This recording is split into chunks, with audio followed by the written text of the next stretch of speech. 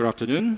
Leho, Assalamu alaikum wa rahmatullahi wa barakatuh. And thank you very much for staying with us. As the last panel before the lunch, we typically get two types of reaction. One is everybody pays close attention to us because they're really hungry, or second, they give us evil stares because they want us to finish quickly.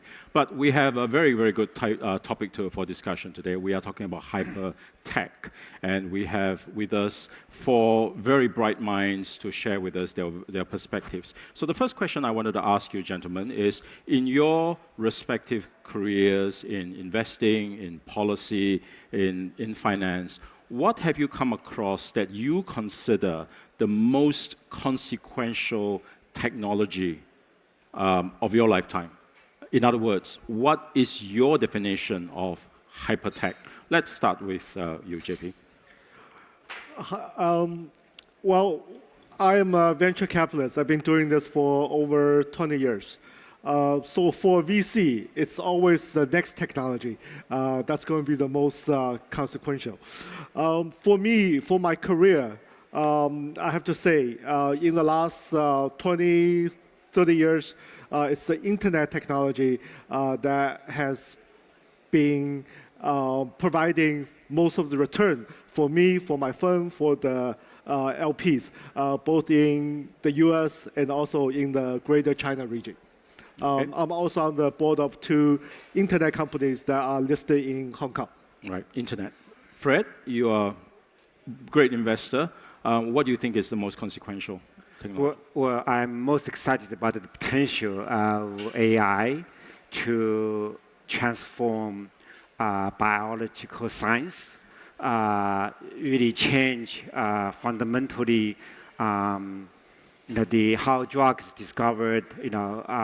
There's so many diseases still poorly understood, and much less in terms of treatment. But AI with this tremendous data, with this single cell genome, gene sequence, gene expression, protein, you name it. We have, for the first time in history, to build a larger foundation model about the biology.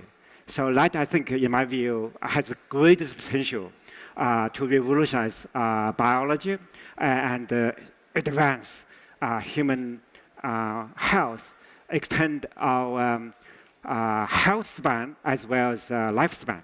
Right, okay. So AI and drug discovery, for example.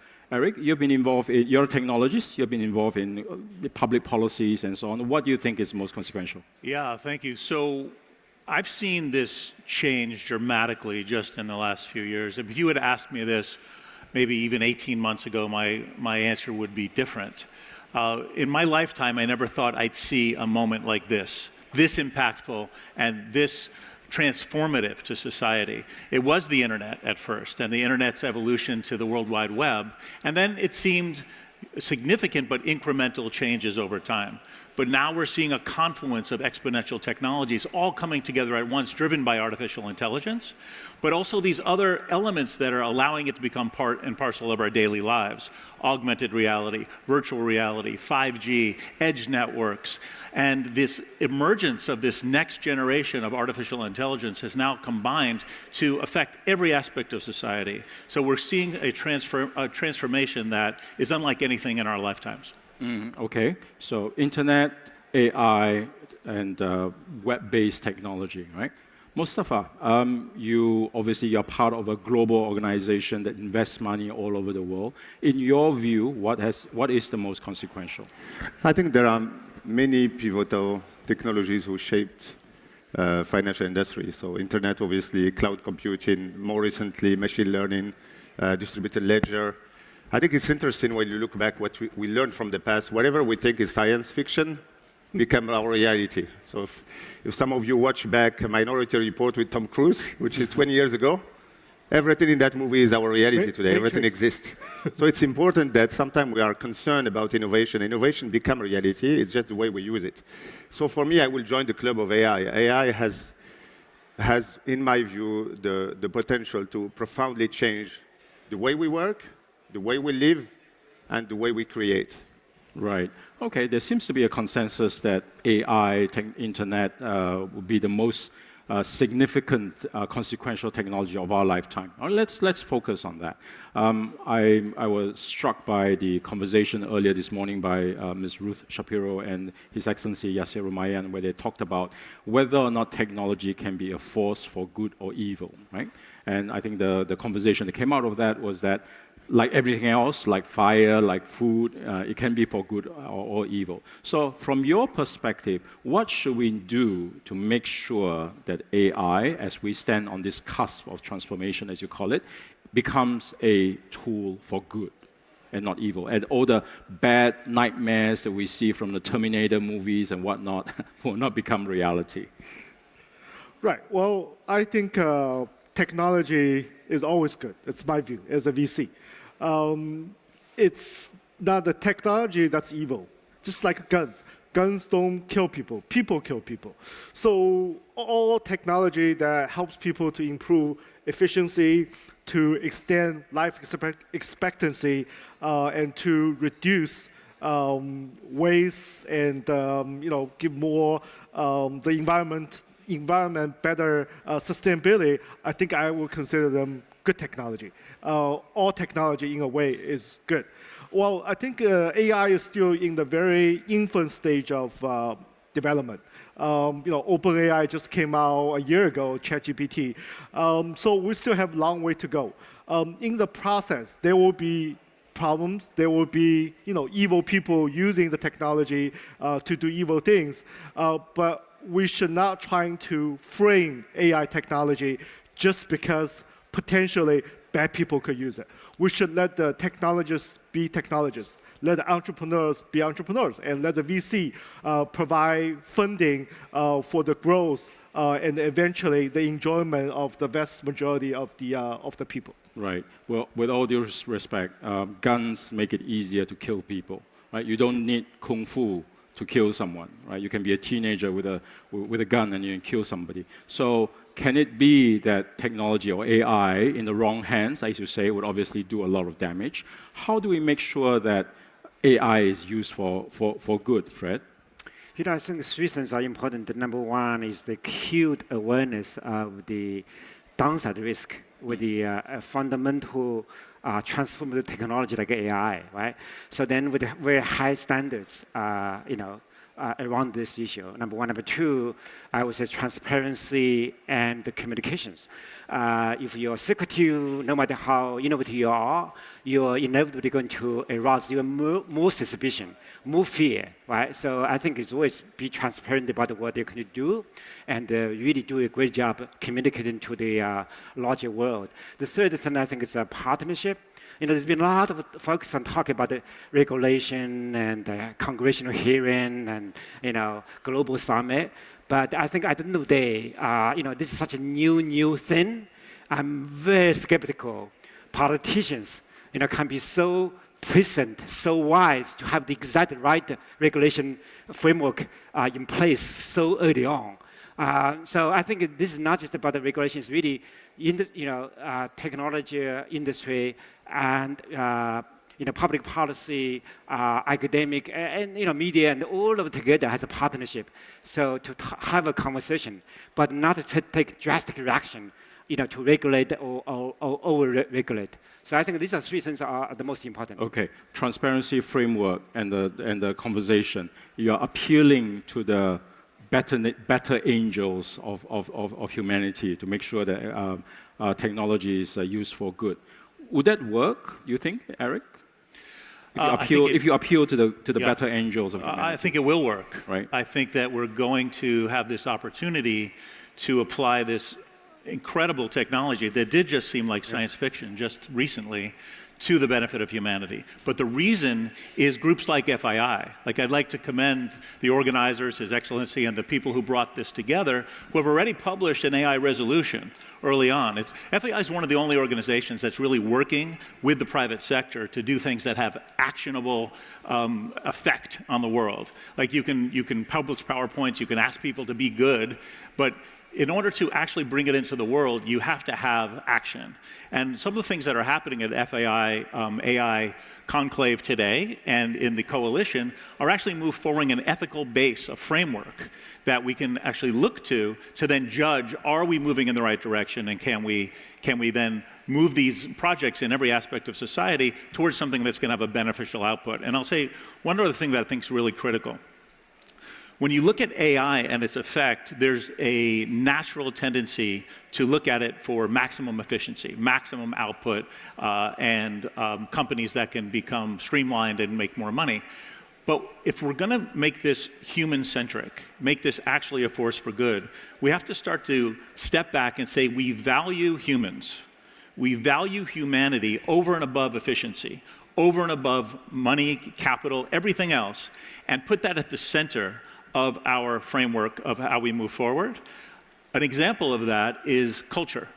If you look at right now, in every government in the world, every organization in the world, these technologies are infiltrating how we build new systems, how we do healthcare, how we do education, how we run governments. So we have to look at the culture that is being homogenized by the models that are being trained and say, if we want to have this AI for good in the future, how do we train local models that preserve our ancestry into the future so that our future can be human-centric as well? Right. Thank you for that.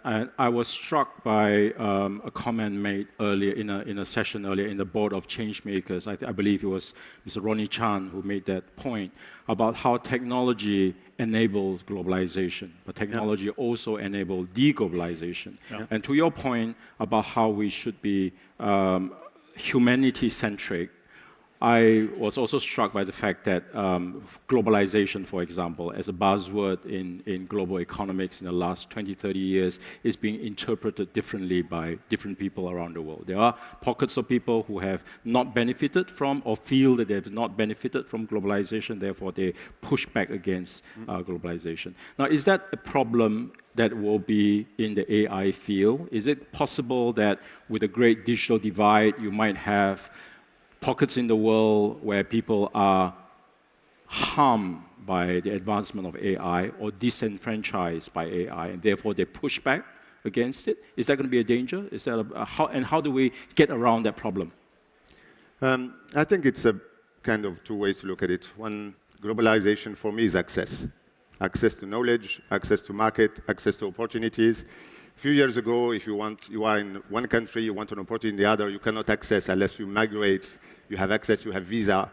Now companies run with remote workforces, and people could get involved in a project to fintechs, create, and this creativity is available for everyone. So I think this technology allows this access, democratization of ideas, innovation, bring it to the world, making the world a larger market. On the other hand, you have inclusivity. And part of the challenge we see, we look at about computing, etc. The low-emission computing is very, very greedy on natural resources, for example. So how we balance that in countries who don't have access to that?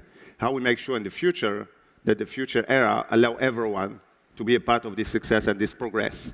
And that's maybe an element policymakers, government need to think about as well to make sure this, again, opportunity for everyone will still be available in the era of the new technologies too. So inclusiveness being a very important key point.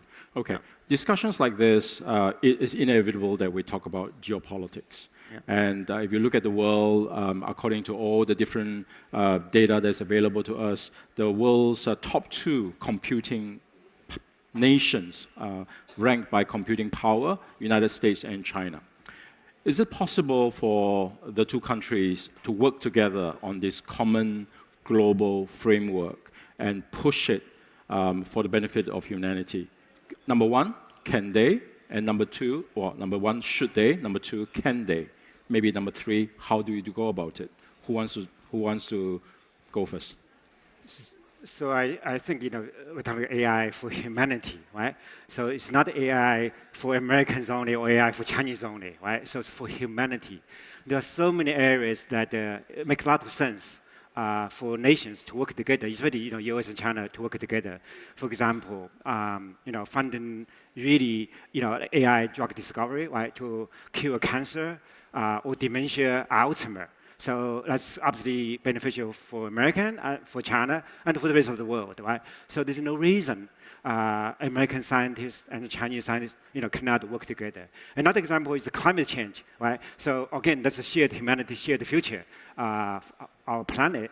So, by harnessing AI, we can maybe discover the next generation of battery, or new source of energy, right? Again, to deal with the climate crisis. So I think it makes a lot of sense for collaboration instead of division. View this as a zero-sum game.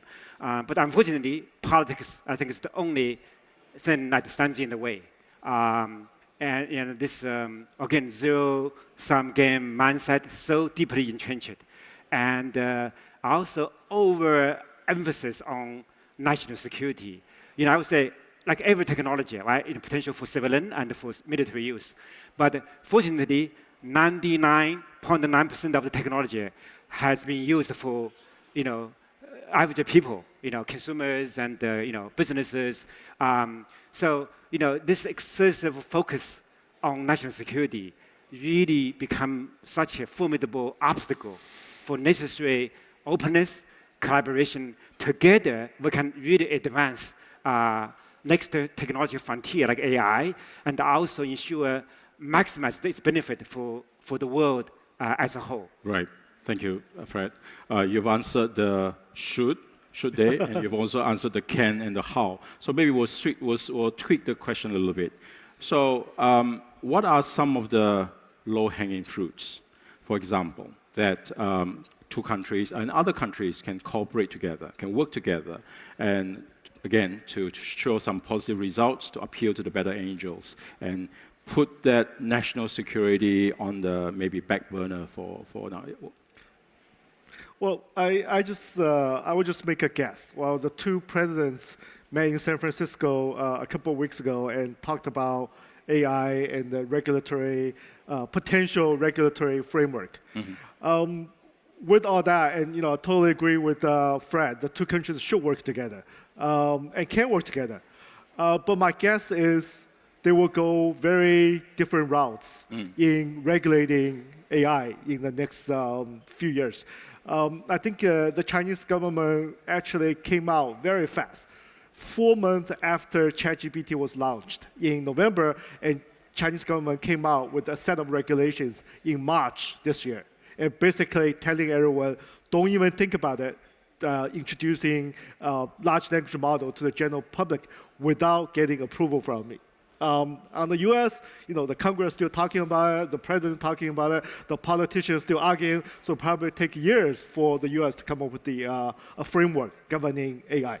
So I think they will go complete different routes on an ongoing basis. Right. There is the open internet.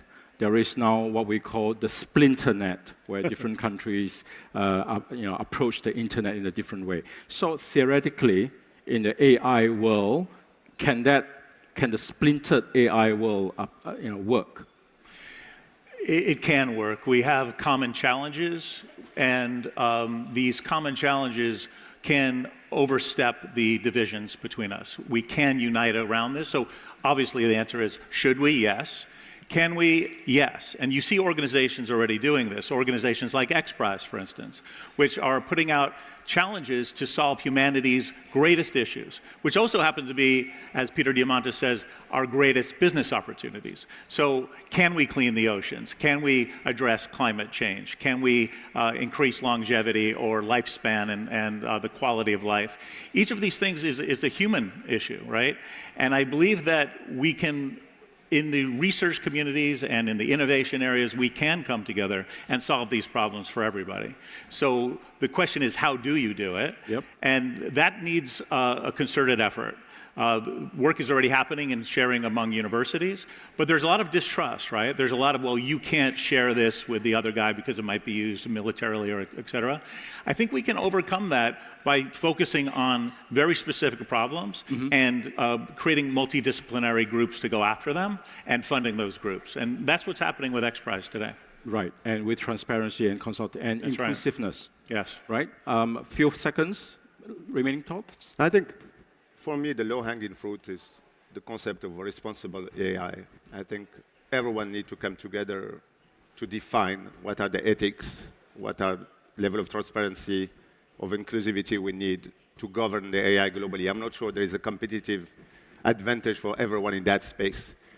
Innovation is competition, creativity is competition. When it's come to common good, it should be a common cause, and I think that's where every forces could come together and create a better future. Right. Okay. Thank you. Now, we are the last 5 men between the audience and the lunch. So let's thank the audience for tolerating us. And please join me in thanking our panelists and saying 谢谢. Thank you.